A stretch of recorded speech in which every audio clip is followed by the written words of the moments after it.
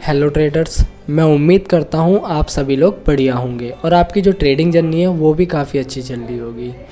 आज की ये जो वीडियो मैं लेके आया हूँ ये खासकर उन ट्रेडर के लिए होने वाली है जो ट्रेड में एंट्री तो ले लेते हैं लेकिन उन्हें यही नहीं पता होता है कि इस ट्रेड का डायरेक्शन क्या है, ना ही उन्हें ये पता होता है कि इसका ट्रेंड क्या है इस ट्रेड का, कि वो अप ट्रेंड में है, डाउन ट्रेंड में है या साइडवेज ट्रेंड में है। उन्हें सपोर्ट और रेजिस्टेंस के लेवल का भी पता नहीं रहता। वो सब इन सब को नज़रअंदाज करते हुए ट्रेडिंग करते हैं। उसके बाद वो ऑपरेटर के जाल में फंस जाते हैं या तो फेक ब्रेकआउट का शिकार होकर अपना पूरा का पूरा कैपिटल गंवा देते हैं, उसके बाद घर बैठ जाते हैं।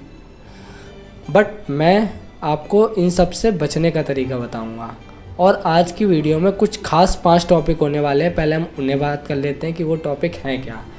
पहला जो टॉपिक है वो है ट्रेंड को समझने का सही तरीका, कि मार्केट अप ट्रेंड में है या डाउन ट्रेंड में है या साइडवेज ट्रेंड में है। सबसे पहले हम ये जानेंगे।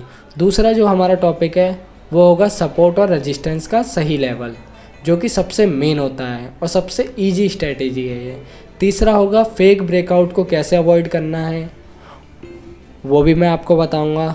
चौथा होगा फिबोनाची लेवल का सही यूज़ करना। और लास्ट जो है वो है ट्रेड में एंट्री लेने से पहले किन बड़े स्टॉकों के चार्ट को एनालाइज करना है।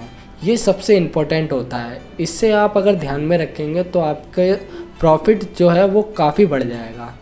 और ये जो आज की मैं ट्रेडिंग स्ट्रेटजी बताऊंगा वो सिर्फ निफ्टी और बैंक निफ्टी के लिए होने वाली है। अगर आप सही एंट्री और एग्जिट चाहते हैं और फेक ब्रेकआउट से बचना चाहते हैं तो इस वीडियो को पूरा देखें, कोई भी स्टेप मिस ना करें। चलिए शुरू करते हैं। अब हम स्टार्ट करते हैं अपने फर्स्ट टॉपिक से, जो कि है कि ट्रेंड को समझना। ट्रेंड अप ट्रेंड में है या डाउन ट्रेंड में।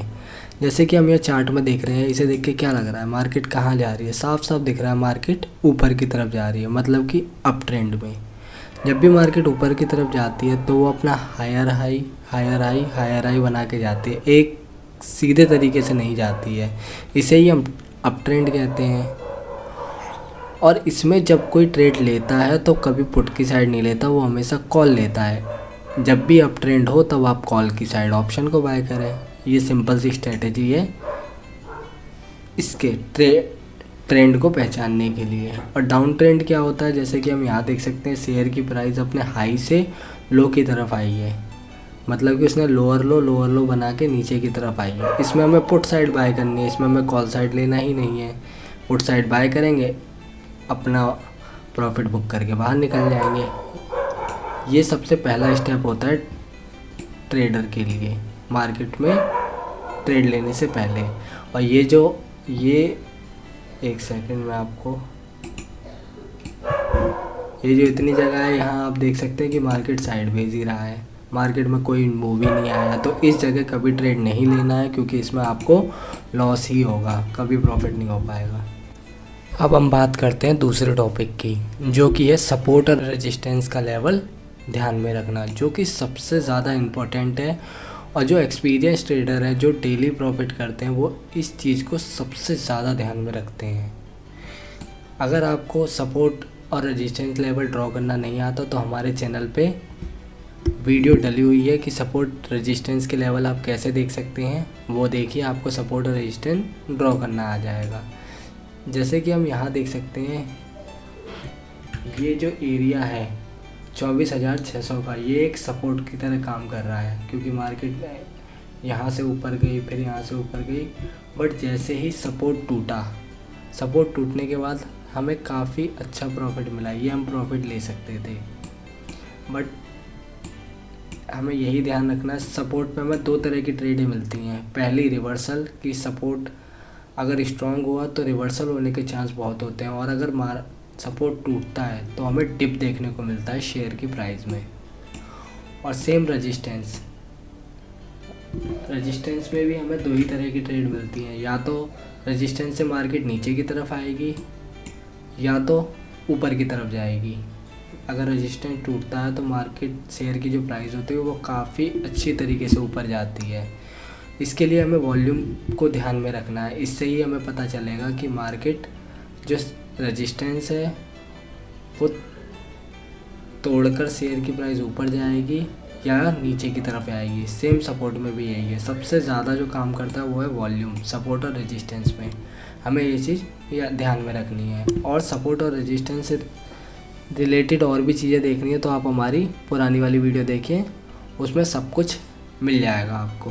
सपोर्ट रेजिस्टेंस सबसे ज़्यादा इम्पोर्टेंट पॉइंट है। आप इसी को ही सबसे ज़्यादा स्ट्रॉन्ग बनाइए अपना। अगर आप यही चीज़ सीख गए तो आपको कभी भी किसी और स्ट्रेटेजी की ज़रूरत नहीं पड़ेगी।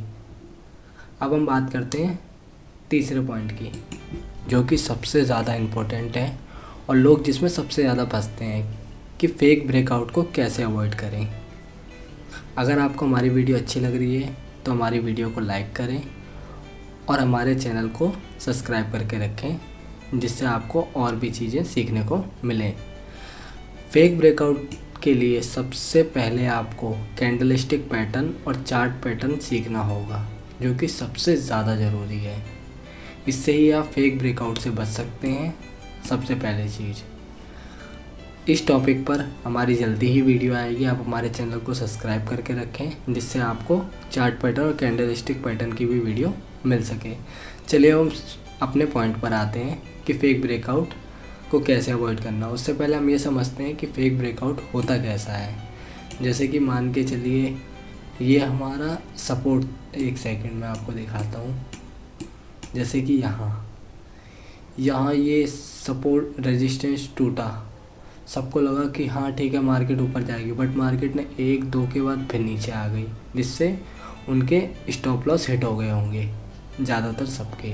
तो ये क्या किया, मार्केट ने फेक ब्रेकआउट दिया। इसे पहचानने के लिए सबसे पहली चीज़, अगर आपको चार्ट पैटर्न आता और कैंडलस्टिक पैटर्न आता तो आप समझ जाते कि यहाँ कोई भी स्ट्रॉन्ग कैंडल नहीं बनी है जो रेजिस्टेंस को ब्रेक करके ऊपर सस्टेन करके निकल सके। और दूसरी चीज़, जो ब्रेकआउट कैंडल होती है उसकी जब तक नेक्स्ट कैंडल ना बने तब तक आपको कोई भी ट्रेड नहीं लेनी है। ये सबसे इम्पोर्टेंट पॉइंट है। जब भी ब्रेकआउट होता है उसकी नेक्स्ट कैंडल का वेट करें, उसके बाद आप ट्रेड प्लान करें।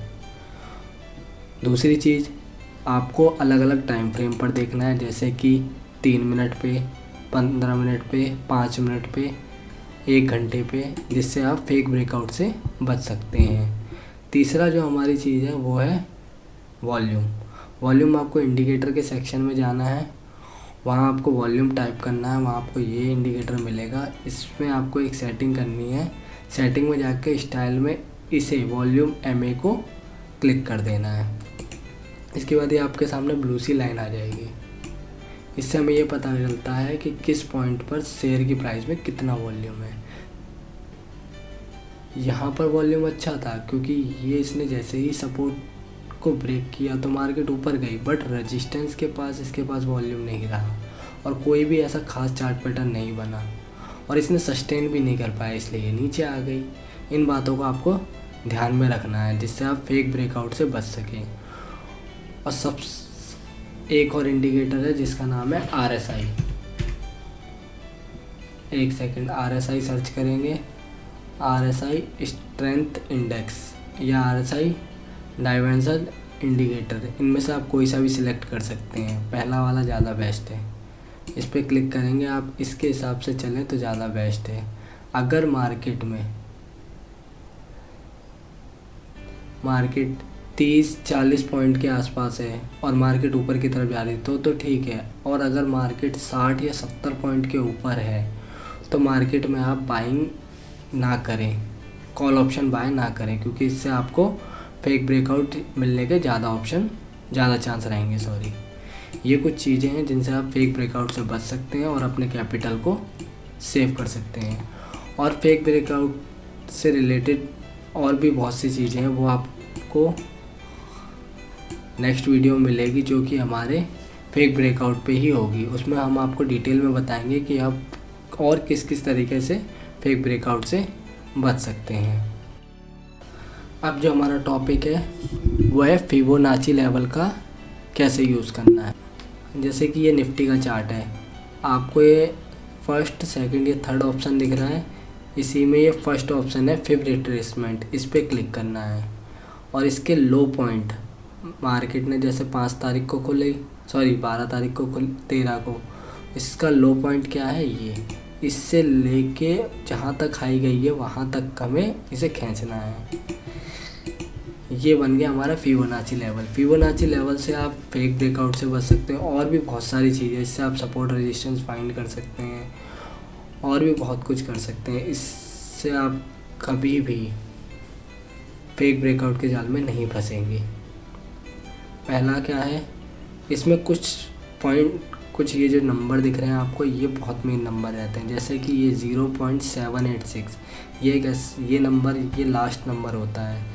जब तक मार्केट इसके ऊपर है, जब तक मार्केट में जैसे यहाँ आई फिर ये ऊपर की तरफ पंप हो गई, तब तक पंप होती रही। अगर इसके नीचे आ गई तो मार्केट में डाउनफॉल आ जाएगा। इस पॉइंट तक रहता है, और जब भी किसी पॉइंट पर हो उसके बाद हमें स्ट्रॉन्ग कैंडल का वेट करना है। स्ट्रॉन्ग कैंडल आए, जैसे मार्केट यहाँ गिरी, उसके बाद एक स्ट्रॉन्ग कैंडल आई 5 मिनट के टाइम फ्रेम, सेकंड कैंडल का वेट करना है। उसमें हमें ट्रेड लेते तो हमें देखो कितना अच्छा प्रॉफिट होता। फिबोनाची बहुत अच्छा है, इसे अच्छे से यूज़ करें तो ये आपके बहुत ज़्यादा काम आएगी। फिबोनाची के ऊपर भी हम एक पूरी वीडियो बनाएंगे जिसमें आपको फिबोनाची क्या है, किस तरह यूज़ होती है, सब कुछ डिटेल में बताएंगे। अब हम आते हैं अपने 5वें टॉपिक पर। ट्रेड में एंट्री लेने से पहले किन बड़े स्टॉक्स के चार्ट का एनालाइज करना ज़रूरी है वो मैं आपको बताता हूँ निफ्टी और बैंक निफ्टी के लिए। जैसे कि निफ्टी और बैंक निफ्टी जो कि एक दूसरे से जुड़ी ही हैं। अगर बैंक निफ्टी गिरती है तो निफ्टी गिरती है, और निफ्टी गिरती है तो बैंक निफ्टी गिरती है। ये दोनों एक दूसरे से जुड़े हुए रहते हैं। बट कुछ खास स्टॉक्स भी होते हैं, जैसे वो अगर गिरते हैं तो उनका इफ़ेक्ट निफ्टी और बैंक निफ्टी पर आता है। हम पहले उस पर बात करते हैं। जैसे कि पहला है रिलायंस हुआ, TCS हुआ, इन्फोसिस हुआ, ITC हुआ। ये क्या है, निफ्टी पर, ये IT स्टॉक है जो कि निफ्टी पर इफ़ेक्ट करते हैं। और HDFC हुआ, एक्सिस हुआ, और कोटक हुआ, SBI हुआ, ये सारी जो बैंक हैं वो बैंक निफ्टी पर इफ़ेक्ट डालती हैं। अगर बैंक निफ्टी गिरता है तो निफ्टी भी गिरता है। हमें ये जो कुछ 10 से 12 स्टॉक्स हैं, इनके चार्ट को अच्छे से एनालाइज करना है, और ट्रेड लेने से पहले एक बार इन्हें देखना है। जैसे मार्केट, एक एग्जांपल मैं आपको दिखा देता हूँ। जैसे कि मार्केट यहाँ से ऊपर की तरफ जा रही है, बट हमें नहीं पता कि ये फेक है, फेक ब्रेकआउट तो नहीं है, ऑपरेटर हमें ट्रैप तो नहीं कर रहे। तो हम इसके लिए क्या करेंगे, रिलायंस के चार्ट को खोलेंगे। सबसे पहले रिलायंस के चार्ट में हमें क्या देखने को मिल रहा है कि मार्केट यहाँ ऊपर जा रही है, हमें क्लियर हुआ थोड़ा। फिर HDFC देखेंगे, वो भी ठीक थी, बैंक निफ्टी, ऐसे हम 4 से 5 चार्ट को देखेंगे जिससे हमें क्लियर हो जाएगा कि हाँ, ऑपरेटर हमें ट्रैप नहीं कर रहे हैं, ये सच में ही मार्केट ऊपर की तरफ बढ़ रही है।